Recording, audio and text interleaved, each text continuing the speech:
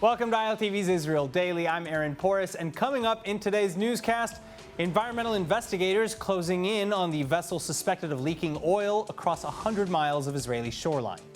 Meanwhile, COVID cabinet authorities approve a list of restrictions for the Purim holiday celebrations this coming weekend. And finally, stay tuned as the Kotel, or the Western Wall in Jerusalem, gets an apparently badly needed facelift.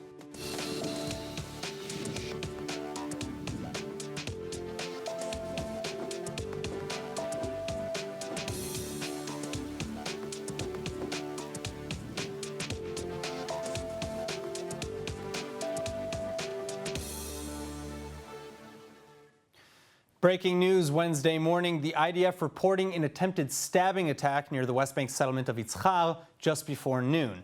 The suspected terrorist allegedly drawing a knife at the Yitzchar junction and threatening a young resident of the settlement before fleeing. Thankfully, however, there are no injuries reported, and the IDF are continuing their manhunt.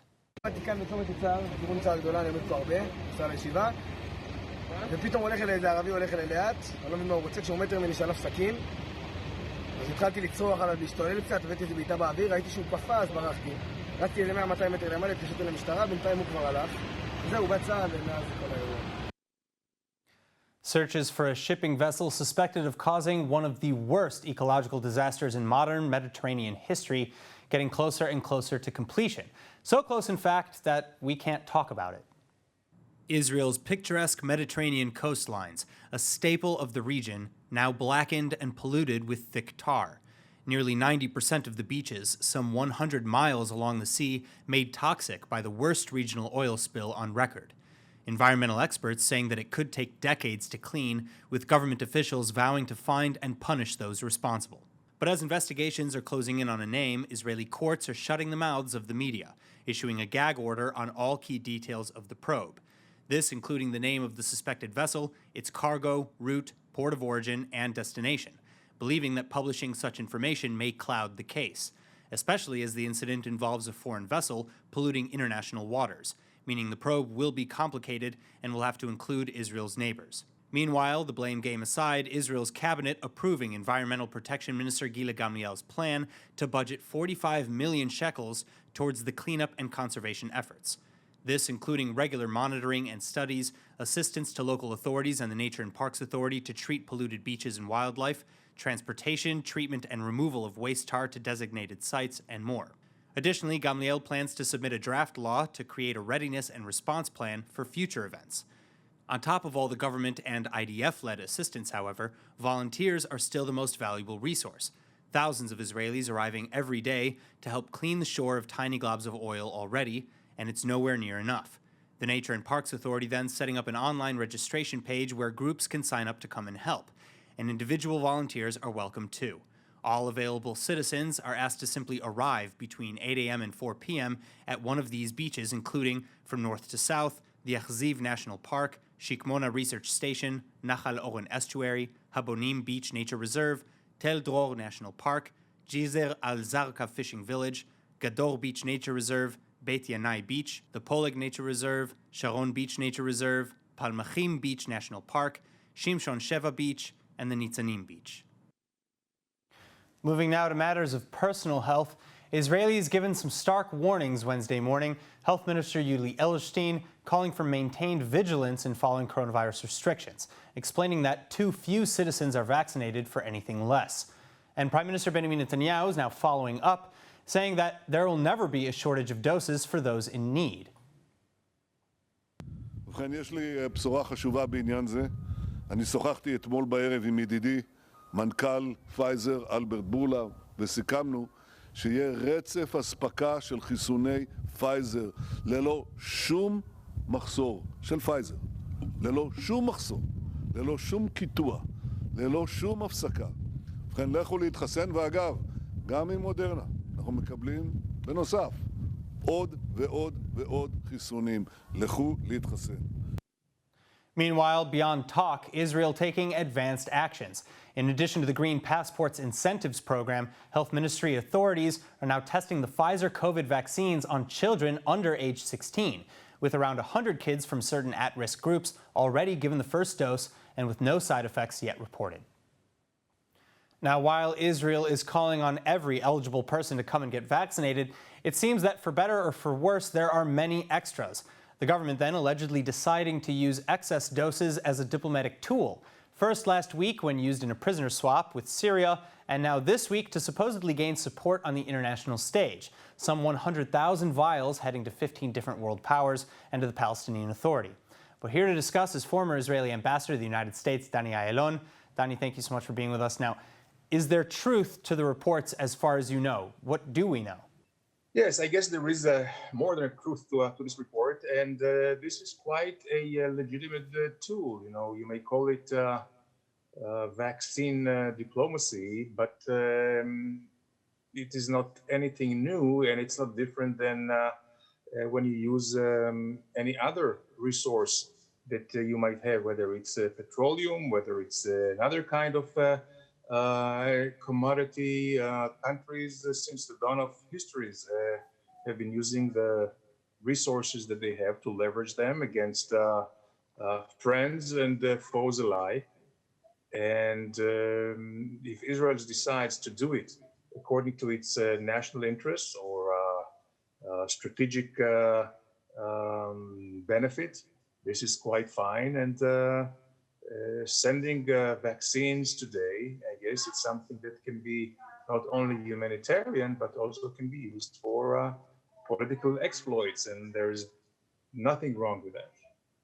So what exactly are we as Israelis supposed to get in return, especially as the 15 unnamed nations are allegedly already allies? Yes, I guess Israel, if Israel decides to prepare countries that removed or moved their embassies to Jerusalem, that could be one criterion to do that, or a country that would vote with Israel in the United Nations or other international organizations against any political campaign that the Palestinians wage on Israel. That could be another criteria. And of course, there is always the humanitarian needs to do it to countries that might need it more than others.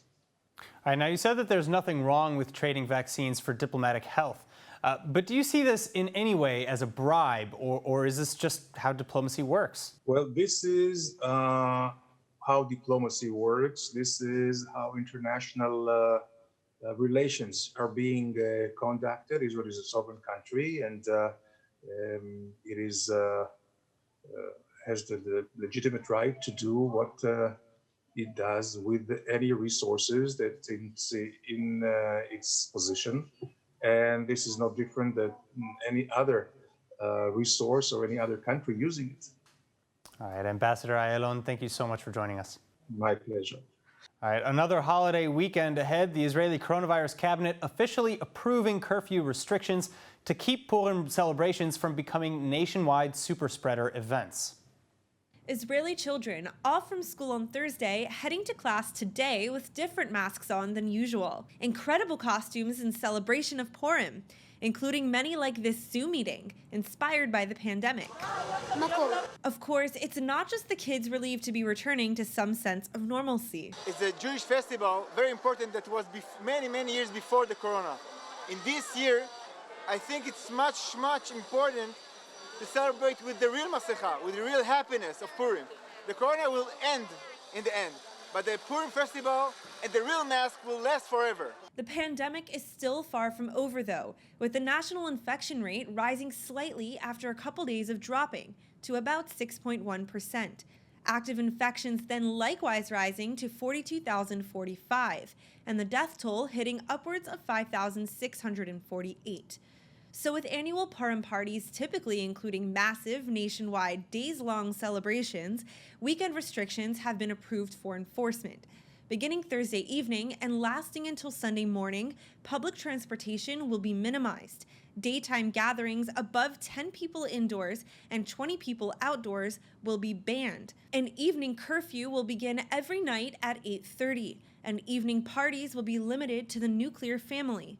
Meanwhile, going one step further, several prominent ultra-Orthodox rabbis are calling on their congregations to avoid heavy alcohol, out of concern that health restrictions will be ignored, and this despite religious traditions to drink during Purim celebrations.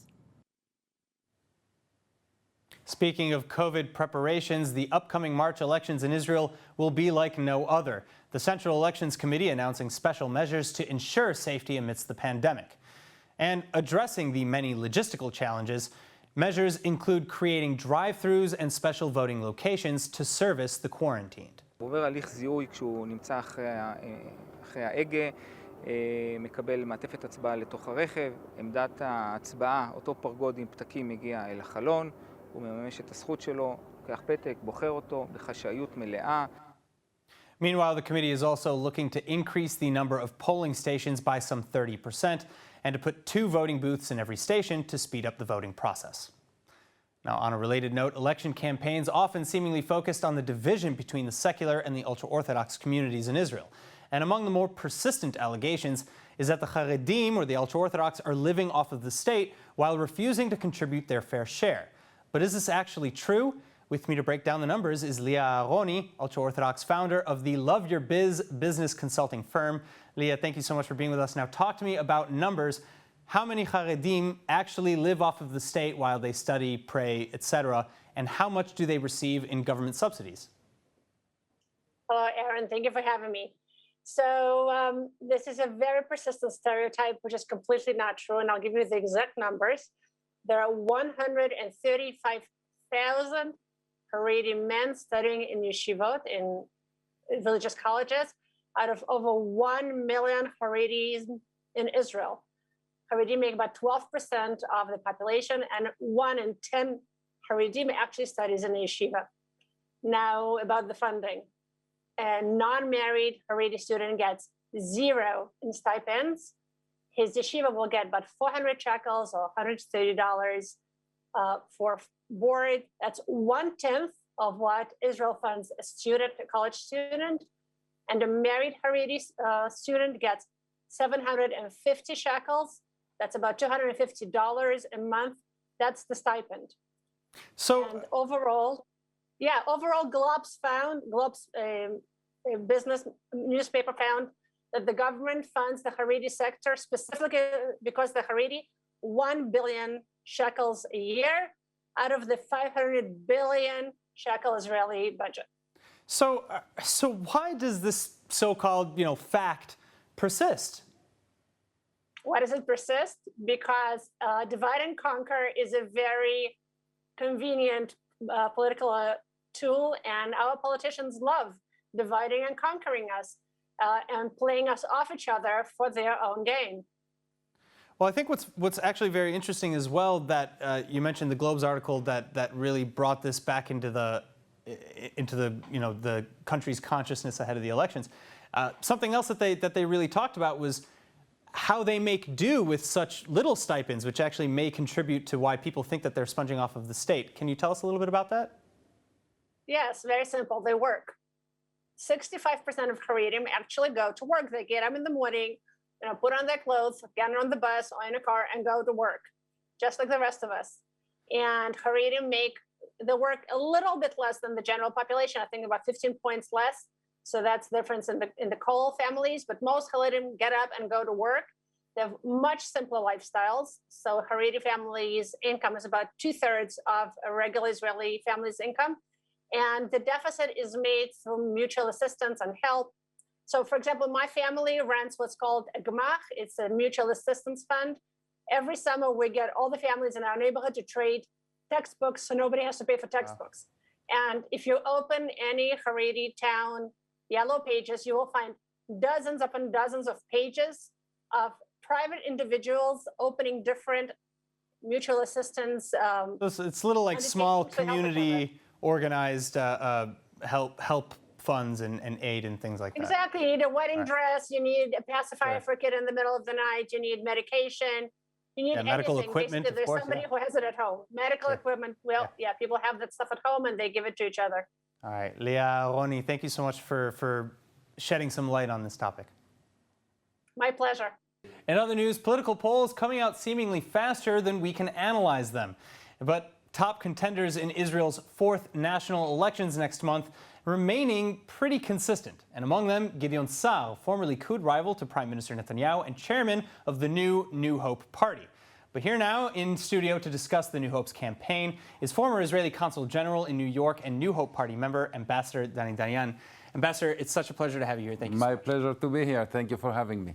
All right, so first of all, Gideon Sa'ar is now polling in third place with about 13 seats. This is pretty consistent for the last couple of polls coming in third place. 13 to 15. 13 to 15, exactly. So in what way, though, does the New Hope plan to stand out and overtake Yesh Atid, which is now in second place, and ideally even the Likud? It's not a mathematical thing, it's a political thing. And it's very clear that only a center-right member of Knesset will be a center-right leader, will be able to form a coalition. Why do you believe that? Because the coalition will be, in any case, to the right of the center. It will include us, it will include Naftali Bennett's Yemina, it will include Avigdor Lieberman's Israel Beitenu, probably other right-wing parties like the religious Zionists. So there is, actually, Naftali Bennett said it today very clearly. He said that he will not sit in a government, will not be a member of a government led by Yair Lapid. So that makes the situation very clear. I think today the dust settled. It's either Benjamin Netanyahu, if he gets 61 seats in the next Knesset with his religious partners, including Naftali Bennett, or it is Gideon Sa'ar that can form a coalition. When that settles down, that understanding settles down, and it's starting today after Mr. Bennett's very clear statement, I think it will be clear that the only one that can form a government aside from Prime Minister Netanyahu is Gideon Sa'ar, and that will be reflected also in the polls. All right, so it's funny, though, that you're saying that Gideon Sa'ar is a moderate right-winger, because Yesh Atid's Yair Lapid just very recently, he called Gideon Sa'ar and Naftali Bennett of the Yemina party, for that matter, extreme right-wingers, but ultimately positive people. How do you respond to this categorization? Look, I'm not in the business of labeling persons. New Hope, Tikva Hadasha, is a clear, what in Hebrew we call Leumi Liberali, national and liberal party. I don't know if we are to the right or not of Likud. Probably we are in some issues, probably in other issues no. But yes, we are a center-right party, that is very clear. Extremism, there is nothing more strange to Gideon Sa'ar, and for sure for me, than extremism. Would Gideon Sa'ar and the New Hope party be willing to sit with Lapid in a government led by him? I don't think that's feasible. Why? Because Yair Lapid is not able to form a coalition. We heard that. Well, I mean, like you said, right now, you have the Yemina party, which is a sort of kingmaker. They could push you over. No, Naftali Bennett, its leader, said today very clearly he will not sit under Yair Lapid. So that basically terminated the chances of Mr. Lapid to form a government. That being said, it wasn't that long ago that Benny Gantz of the Blue and White Party said under no circumstances would he sit with Netanyahu. That's correct, but I don't think that, I believe that this fourth round of elections in the 2 years is because we learned the lessons of the last round. I don't think that Naftali Bennett, in this sense, will betray his word. And you know, it's very interesting that also Naftali Bennett, because he's very careful in not saying things that he will not be able to fulfill, does not disqualify sitting in a Netanyahu government. Actually, I think that's his first priority. If you vote Yemina, actually you vote for a continuity Netanyahu government. If you vote New Hope, you vote for a government of change led by Mr. Sa'ar. But when Bennett doesn't say that he will not sit with Netanyahu, but does say that he will not sit with Yair Lapid, I think we should believe him. Who are your natural allies? Like, do you agree that you're more than just an anti-Netanyahu party? Because that's really been the categorization. For sure. We have an ideology, a vision, I said, a national and liberal vision. And we will form, I think, a healing national unity government. A national unity government that comprises a wide tent that includes basically, in principle, all the parties that want a democratic and Jewish Israel. All right, Ambassador Dani Dayan, New Hope Party, thank you so much. Thank you. All right, putting politics aside, Israeli authorities are coming together on a goal that basically everyone can easily get behind, preventing Iran from developing nuclear weapons. Prime Minister Netanyahu, Defense Minister Gantz, and Foreign Minister Ashkenazi then agreeing to form a united front when in talks on the subject with the White House. Alyssa Hugel with the details. ערב חג פורים, אני אומר למבקשי נפשנו, איראן וגרורותיה במזרח התיכון. לפני 2,500 שנה ניסה צורר פרסי אחר להשמיד את העם היהודי, וכשם שהוא נכשל אז תיכשלו אתם היום. לא נאפשר למשטר הקיצוני והתוקפני שלכם להתחמש בנשק גרעיני. For months now, Iran aggressively moving to achieve nuclear breakthrough. On Tuesday, Iran's Supreme Leader Ayatollah Khamenei saying that Iran plans on continuing its 20% enrichment of uranium and will even increase enrichment up to 60%.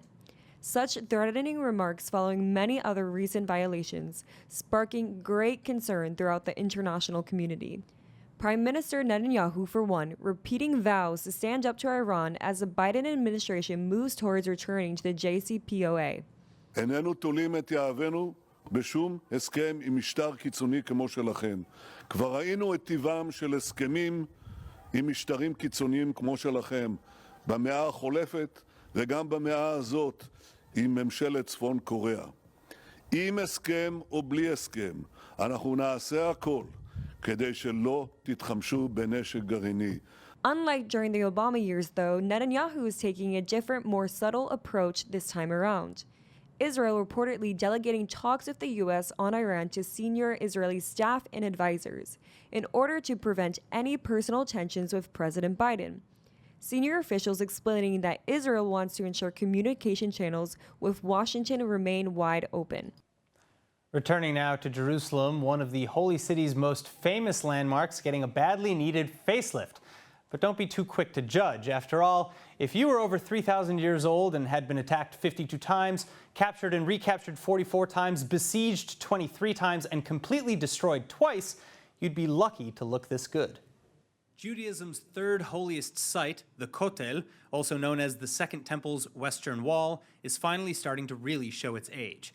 Built by King Herod the Great more than 2,000 years ago, the stones showing scars and cracks from the millennia of wear and tear. Conservators from the Israel Antiquities Authority then beginning heavy conservation work, such as injecting the stones with limestone-based grout to preserve and reinforce them. החומר שאנחנו מזריקים לכותל מוסיף לחוסן הפיזי שלו, ולמעשה להבטיח את ההמשך הקיום שלו מאות שנים, אלפי שנים קדימה, גם לדורות הבאים. IAA head conservator Yossi Vaknin adding that this is the best possible method of healing the stones. Generally speaking, the wall is inspected twice a year ahead of Passover and Rosh Hashanah, and in preparation for millions of visitors, with all operations carried out to ensure that the Western Wall continues standing tall for another 2 millennia. האבנים של הכותל הם אבנים חיות. כמו שכבר נאמר, יש אבנים עם לב אדם. אבני הכותל נושאות איתם אלפי שנות היסטוריה. ראו מראות שעברו על ירושלים, וכמובן שכל מי שמגיע לכותל מתחבר גם לרגש שהכותל מעביר אליו. And now let's take a look at the weather forecast with Chana Rifkin. Thanks, Aaron. Mostly partly cloudy skies expected for tonight and tomorrow, with the lows this evening averaging at 47 degrees Fahrenheit or 8 degrees Celsius. Thursday's highs reaching an average of 68 degrees Fahrenheit or 19 degrees Celsius. Thank you, Chana. Now, before we go, let's take a look at what's going viral in Israel.